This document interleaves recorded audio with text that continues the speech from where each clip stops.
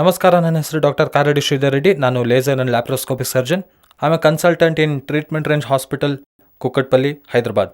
ತುಂಬ ಜನ diabetic patients ಯಾರಿದ್ದಾರೋ ಆ ಡಯಾಬಿಟಿಕ್ ಪೇಷಂಟ್ಸ್ನಲ್ಲಿ ಫ್ರೀಕ್ವೆಂಟಾಗಿ ಸಫರ್ ಆಗೋ ಪ್ರಾಬ್ಲಮ್ಸ್ ಏನಂದರೆ ಬೆಲನಿಟಿಸ್.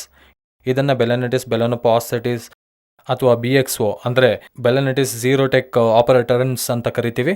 ಅಂದರೆ ಏನು ಈ ಬೆಲನಿಟಿಸ್, ಯಾರಿಗೆ ಬರುತ್ತೆ, ಯಾಕೆ ಡಯಾಬಿಟಿಕ್ ಇರೋರನ್ನೇ ಅಟ್ಯಾಕ್ ಮಾಡುತ್ತೆ, ಮಿಕ್ಕಿರೋರು ಕಾಮನ್ ಪರ್ಸನ್ಸ್ಗೆ ಯಾಕೆ ಅಟ್ಯಾಕ್ ಮಾಡಲ್ಲ ಅನ್ನೋದನ್ನ ತಿಳ್ಕೊಳ್ಳೋಣ ಇವತ್ತು.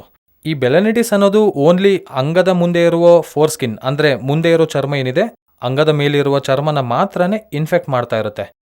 ಅದನ್ನೇ ನಾವು ಬೆಲನಿಟಿಸ್ ಅಂತೀವಿ. ಇದನ್ನು ಹಾಗೆ ನಾವು ಬಿಟ್ಬಿಟ್ರೆ ಆ ಚರ್ಮದ ಜೊತೆಗೆ ಅಂಗದ ಮುಂದೆ ಇರೋ ಭಾಗನ ಕೂಡ ಅಂದರೆ ಗ್ಲ್ಯಾನ್ಸ್ ಅಂತೀವಲ್ಲ, ಆ ಗ್ಲ್ಯಾನ್ಸ್ನ ಕೂಡ ಇನ್ಫೆಕ್ಟ್ ಮಾಡುತ್ತೆ. ಇಲ್ಲಾಂದರೆ ಆ ಚರ್ಮದ ಮೇಲಿನ ಗ್ಲ್ಯಾನ್ಸ್ ಅಂಟ್ಕೊಳ್ಳೋದು ಹೀಗೆಲ್ಲ ನಡೀತಾ ಇರುತ್ತೆ. ಇದನ್ನೇ ನಾವು ಬೆಲನೋಪಾಸ್ಟೈಟಿಸ್ ಅಂತ ಕೂಡ ಕರಿತೀವಿ.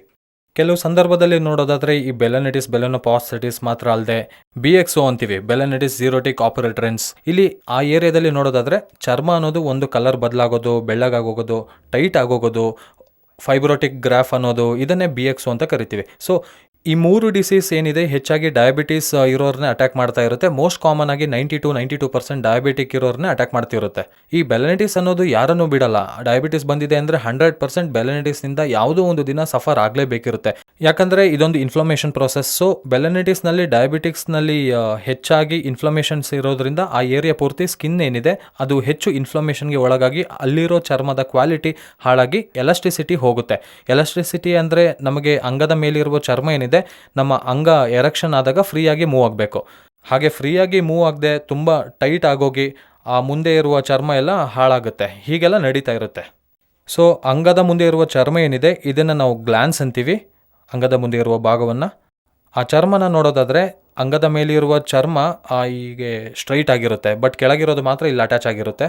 ಇದನ್ನೇ ನಾವು ಫ್ರೆನ್ಯುಲಮ್ ಅಂತೀವಿ. ಈ ಡಯಾಬಿಟಿಕ್ಸ್ನ ನೋಡೋದಾದರೆ ನಾವು ಯಾವಾಗಾದರೂ ಯೂರಿನ್ ಪಾಸ್ ಮಾಡಿದಾಗ ಯೂರಿನಲ್ಲಿರುವ ಶುಗರ್ಸ್ ಎಲ್ಲ ಇದಕ್ಕೆ ಅಂಟ್ಕೊಳ್ಳೋಕ್ಕೆ ಸ್ಟಾರ್ಟ್ ಆಗುತ್ತೆ. ಸೊ ಇದೊಂದು ಫ್ರೀಕ್ವೆಂಟ್ ಪ್ರಾಸೆಸ್.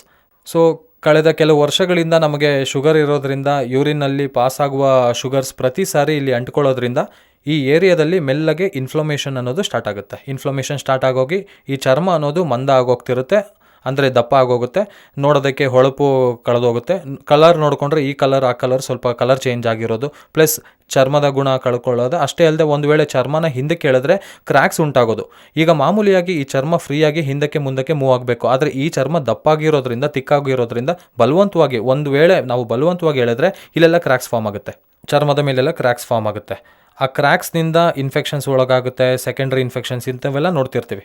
ಇದರಲ್ಲಿ ಮೇನ್ ಸಿಂಪ್ಟಮ್ಸ್ ನೋಡೋದಾದರೆ ಡಯಾಬಿಟೀಸ್ನಲ್ಲಿರುವ ಈ ಕಂಡೀಷನ್ನ ನಾವು ಬೆಲನಿಟಿಸ್ ಅಂತೀವಿ. ಈ ಬೆಲನಿಟಿಸ್ನಲ್ಲಿ ಈ ಮೇನ್ ಸಿಂಪ್ಟಮ್ಸ್ ಏನಿರುತ್ತೆ ಅಂದರೆ, ಯಾಕೆ ಪೇಷಂಟ್ಸು ಈ ಬೆಲನಿಟಿಸ್ನ ಸೀರಿಯಸ್ ಆಗಿ ತೊಗೋಬೇಕು ಅಂದರೆ, ಈ ಬೆಲನಿಟಿಸ್ ಯಾವಾಗ ಈ ಚರ್ಮ ಹೊಳಪು ಕಳ್ಕೊಂಡು ಗಟ್ಟಿ ಆಗುತ್ತೋ, ಮಂದ ಆಗೋಗುತ್ತೋ, ಹಿಂದಕ್ಕೆ ಎಳೆದ್ರೆ ಕ್ರ್ಯಾಕ್ಸ್ ಫಾರ್ಮ್ ಆಗುತ್ತೋ, ಆ ಕ್ರ್ಯಾಕ್ಸ್ನ ಕೂಡ ನಾವು ಆಲಸ್ಯ ಮಾಡಿದರೆ ಹಾಗೆ ಬಿಟ್ಬಿಟ್ರೆ ಈ ಸ್ಮೆಗ್ಮಾ ಅನ್ನೋದು ಕ್ರಿಯೇಟ್ ಆಗುತ್ತೆ. ಅಂದರೆ ನಮಗೆ ಹೇಗೆ ಚರ್ಮದ ಮೇಲೆ ಹೇಗೆ ಸ್ವೆಟ್ ಬರುತ್ತೋ, ಬೆವರು ಬರುತ್ತೋ, ಅದೇ ರೀತಿಯಾಗಿ ಶೆಡ್ ಆಫ್ ಸ್ಕಿನ್ಸ್ ಅಂತೀವಿ. ಅಂದರೆ ಒಂದು ರೀತಿಯಾದ ಜಿಗಿಟ್ ಪದಾರ್ಥ ಇರುತ್ತೆ, ನಮಗೆ ಲೂಬ್ರಿಕೇಷನ್ಸ್ಗೆ ಉಪಯೋಗಕ್ಕೆ ಬರುತ್ತೆ.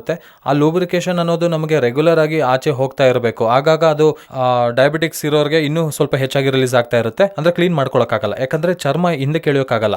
ಹಾಗಾಗಿ ಈ ಸ್ಮೆಗ್ಮಾ ಅನ್ನೋದು ಅಲ್ಲೇ ಉಳಿದು ಹೋಗುತ್ತೆ. ನಿಧಾನವಾಗಿ ಅದು ಕರಗಿ ಬೆಳ್ಳಗೆ ಅಂಟಂಟಾಗಿ ಆಚೆ ಬರುತ್ತೆ. ಬೆಳ್ಳಗೆ ಅಂಟಂಟಾದ ಪದಾರ್ಥ ಬರೋದ್ರಿಂದ ಆ ಏರಿಯಾ ಫೌಲ್ ಸ್ಮೆಲ್ ಅಂದರೆ ಕೆಟ್ಟ ವಾಸನೆ ಬರೋದು, ಇನ್ನರ್ ವೇರ್ ಅಥವಾ ಒಳ ಉಡುಪಿಗೆ ಬೆಳ್ಳಗೆ ಇರೋ ಅಂಟು ಪದಾರ್ಥ ಅಂಟ್ಕೊಳ್ಳೋದು, ಅಷ್ಟೇ ಅಲ್ಲದೆ ಇಚ್ಚಿಂಗ್ ಆಗೋದು, ನವೆ ಆಗೋದು, ಇವೆಲ್ಲ ಒಂಥರ ಶುರು ಆಗುತ್ತೆ ಬರ್ತಾ. ನಾವು ಈ ಸ್ಟೇಜ್ನಲ್ಲೂ ಕೂಡ ಕೇರ್ ಮಾಡದೆ ಹಾಗೆ ಬಿಟ್ಬಿಟ್ರೆ ಏನಾಗುತ್ತೆ ಅಂದರೆ, ಈ ಚರ್ಮ ಏನಿದೆ, ಈ ಚರ್ಮ ಅನ್ನೋದು ಅಂಗದ ಕೆಳಗಿನಿಂದ ಅಂಟ್ಕೊಳ್ಳೋದಕ್ಕೆ ಶುರುವಾಗುತ್ತೆ. ಯಾಕಂದರೆ ಈ ಏರಿಯಾದಲ್ಲಿ ವಿಪರೀತವಾದ ಇನ್ಫ್ಲಮೇಷನ್ ಆಗೋದ್ರಿಂದ ಈ ಜಿಗುಟು ಪದಾರ್ಥ ಪೂರ್ತಿ ಅಂಟ್ಕೊಳ್ಳೋಕ್ಕೆ ಸ್ಟಾರ್ಟ್ ಆಗುತ್ತೆ. ಹೀಗೆ ಅಂಟ್ಕೊಂಡು ಈ ಗ್ಲ್ಯಾನ್ಸ್ ಕೂಡ ಇನ್ಫೆಕ್ಟೆಡ್ ಆದರೆ ಅದನ್ನೇ ನಾವು ಬೆಲನೋಪಾಸ್ಟೈಟಿಸ್ ಅಂತೀವಿ. ಸೊ ಈ ಬೆಲನಿಟಿಸ್ ಆಗಲಿ ಬೆಲನೋಪಾಸ್ಟೈಟಿಸ್ ಆಗಲಿ ಯಾವಾಗ ಬರುತ್ತೋ ಇಂಥ ಪೇಷಂಟ್ಗೆ ಏನಾಗುತ್ತೆ ಅಂದರೆ ಒಂದು 3 to 5% ಇದು ಕ್ಯಾನ್ಸರ್ ಆಗಿ ಬದಲಾಗೋ ಅವಕಾಶ ಇರುತ್ತೆ. ಸೊ ಬೆಲನಿಟಿಸ್ ಆಗಲಿ ಬೆಲನೋಪಾಸ್ಟೈಟಿಸ್ ಆಗಲಿ ಅದನ್ನು ನಾವೆಷ್ಟು ನೆಗ್ಲೆಕ್ಟ್ ಮಾಡಬಾರ್ದು ಅಂದರೆ, ಪ್ರತಿ ಡಯಾಬಿಟಿಕ್ ಪೇಷಂಟ್ಸ್ ಅಂದರೆ ಯಾವಾಗ ಡಯಾಬಿಟಿಸ್ ಇದೆ ಅಂತ ಇಮ್ಮಿಡಿಯೇಟಾಗಿ ಗೊತ್ತಾಗುತ್ತೋ ಆಗ ಸುಂತಿ ಆಪ್ರೇಷನ್ ಮಾಡಿಸ್ಕೋಬೇಕು. ಸುಂತಿ ಆಪ್ರೇಷನ್ ಅನ್ನೋದು ಏನಿದೆ, ನಾವು KSR ಸ್ಟೇಪ್ಲರ್ ಬಳಸಿ ಮಾಡ್ತೀವಿ. ತುಂಬ ಜನಕ್ಕೆ ಒಂದು ಅನುಮಾನ ಇದೆ, ಡಯಾಬಿಟಿಸ್ ಇದೆ, ಶುಗರ್ ಇರೋರು ಆಪ್ರೇಷನ್ ಮಾಡಿಸ್ಕೊಂಡ್ರೆ ಗಾಯವಾಸಿ ಆಗಲ್ಲ, ಶುಗರ್ ಇರೋರು ಹೆಚ್ಚು ದಿನ ಹಾಸ್ಪಿಟಲ್ನಲ್ಲಿ ಇರಬೇಕಾಗುತ್ತೆ, ಶುಗರ್ ಇರೋರು ಒಂದು ಸಾರಿ ಇನ್ಫೆಕ್ಷನ್ ಆಗೋದ್ರೆ ಡೇಂಜರ್ ಆಗುತ್ತೆ ಅನ್ನೋದು ಬಹಳಷ್ಟು ಜನಕ್ಕೆ ಇರೋ ಅನುಮಾನಗಳು. ಮಾಮೂಲಿಯಾಗಿ ಹೊಲಿಗೆ ಹಾಕೋ ಆಪ್ರೇಷನ್ ಅಂದರೆ ಹೊಲಿಗೆ ವಾಸಿ ಆಗೋದಕ್ಕೆ ಟೈಮ್ ಹಿಡಿಯುತ್ತೆ ಅನ್ನೋದು ನಿಜಾನೇ, ಯಾಕಂದರೆ ಡಯಾಬಿಟಿಸ್ನಲ್ಲಿ ಹೀಲಿಂಗ್ ಪೀರಿಯಡ್ ಅನ್ನೋದು ಜಾಸ್ತಿ. ಬಟ್ ನಾವು ಮಾಡೋ ಟೆಕ್ನಿಕ್ ಏನಿದೆ ಅಂದರೆ ಅದನ್ನು KSR technique, KSR circumcision stapler ಬಳಸಿ ಮಾಡಿದರೆ ಈ ಪ್ರಾಬ್ಲಮ್ಸ್ ಯಾವುದು ಬರಲ್ಲ. ವಿತಿನ್ ಹಾಫ್ ಆನ್ ಅವರ್ನಲ್ಲಿ ನಾವು ಪೇಷಂಟನ್ನ ಡಿಸ್ಚಾರ್ಜ್ ಮಾಡಿ ಕಳಿಸ್ತೀವಿ. ಇದರಲ್ಲಿ ಯಾವುದೇ ರೀತಿಯಾದ ಕುಯ್ಯೋದು ಆಗಲಿ ಹೊಲಿಗೆ ಹಾಕೋದಾಗಲಿ ಇರಲ್ಲ. ಡೈರೆಕ್ಟು ಮೆಷಿನ್ ಬಳಸಿ ಚರ್ಮನ ತೆಗೆದುಹಾಕಿ ಪಿನ್ಸ್ ಹಾಕ್ತೀವಿ. ಈ ಪಿನ್ಸ್ ಮೇಲೆ ಒಂದು ಸಿಲಿಕಾನ್ ರಿಂಗ್ ಇರುತ್ತೆ, ಮತ್ತು ನಾವು ಈ ಪಿನ್ಸ್ನ ತೆಗಿಬೇಕು ಅನ್ನೋ ಅಗತ್ಯ ಇರಲ್ಲ.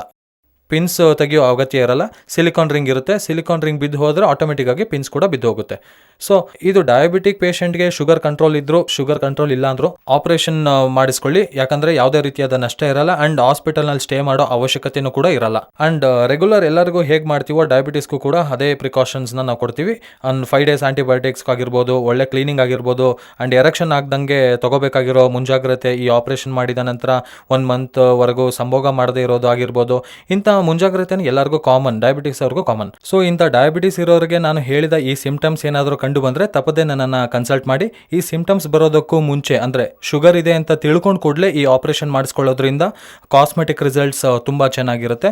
ಅಷ್ಟೇ ಅಲ್ಲದೆ ಇಲ್ಲೆಲ್ಲ ಅಂಟ್ಕೊಂಡು ಬೆಲೋನೋಪಾಸ್ಥೈಟಿಸ್ ಆಗಿ ಆ ಏರಿಯಾ ಪೂರ್ತಿ ಟೈಟ್ ಆಗೋಗಿ, ಕಲರ್ ಬದಲಾಗೋಗಿ, ಅಂಟು ಪದಾರ್ಥ ಸುರಿಯೋದು, ಹಿಂದೆ ಕೇಳಿದ್ರೆ ವಿಪರೀತವಾದ ಉರಿ ನೋವು ಆಗೋದು, ಇವೆಲ್ಲ ಇರೋದ್ರಿಂದ ಏನಾಗುತ್ತೆ ಅಂದರೆ ಆಪ್ರೇಷನ್ ಮಾಡೋದಕ್ಕೆ ಪಾಸಿಬಲ್ ಆಗೋದಿಲ್ಲ. ಒಂದೊಂದು ಸಾಲಿ ಎಲ್ಲ ಅಡೇಷನ್ ಪದಾರ್ಥ ಇರೋದ್ರಿಂದ.